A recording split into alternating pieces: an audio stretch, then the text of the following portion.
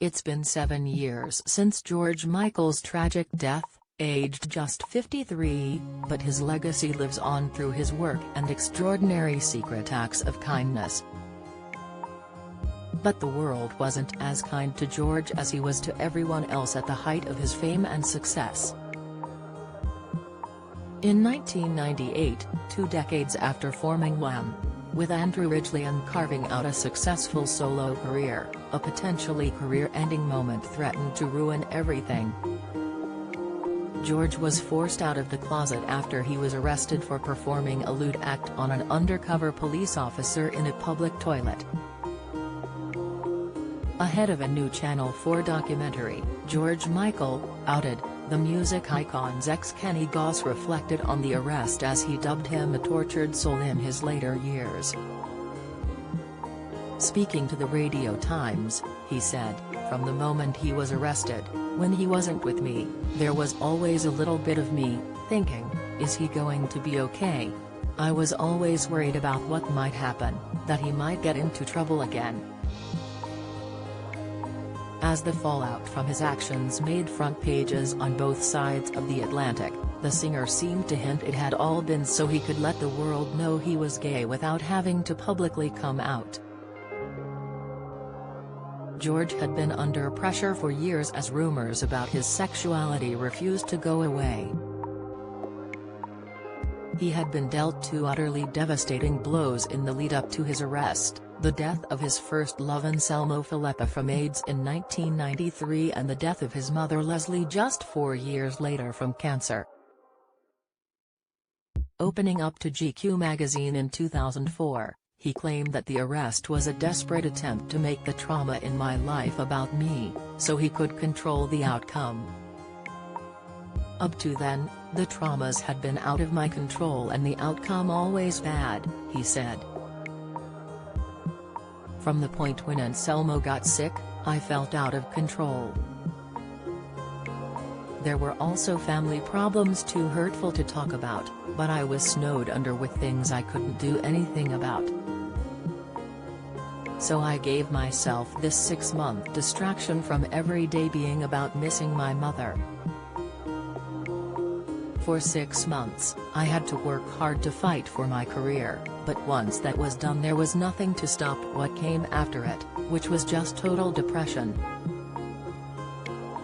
But as subconscious plans go, it was pretty successful.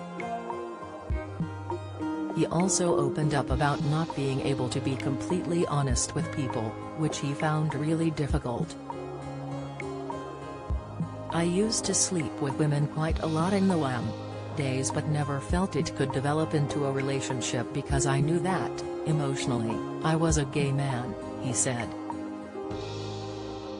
I didn't want to commit to them but I was attracted to them. Then I became ashamed that I might be using them. I decided I had to stop, which I did when I began to worry about AIDS, which was becoming prevalent in Britain. Although I had always had safe sex, I didn't want to sleep with a woman without telling her I was bisexual. I felt that would be irresponsible.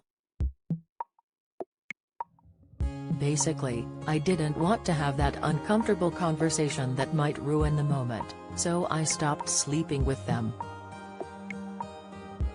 George said in a later interview about the incident that he had been followed into the toilet block by another man.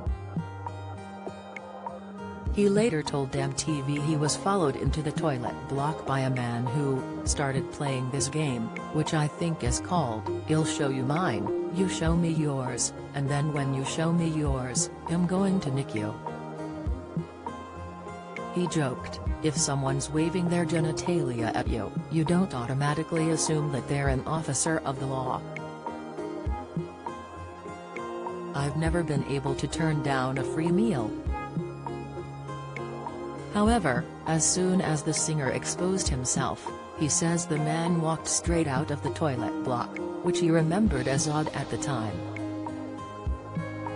It was only when George got back to his car that he was arrested, and officers didn't know they were dealing with an A-list celebrity when he was being questioned at the station.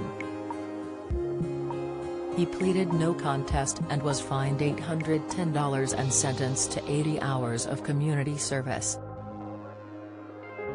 Yet, George's arrest appeared to be a turning point for him, as he later opened up about his sexuality in an interview with CNN, in which he stressed he was not ashamed to be gay. He also revealed that he was in a relationship with Kenny Goss. "I want to say that I have no problem with people knowing that I'm in a relationship with a man right now," he said. "I'm a very proud man. I want people to know that I have not been exposed as a gay man in any way that I feel. I don't feel any shame for. I feel stupid and I feel reckless and weak for having allowed my sexuality to be exposed this way, but I don't feel any shame whatsoever. And neither do I think I should. Ultimately, at the end of the day, I'm not ashamed, I'm just peed with myself for having been so stupid." In the years following his arrest until his tragic death on Christmas Day in 2016, George was a passionate gay rights campaigner and raised huge amounts of money for HIV and AIDS charities.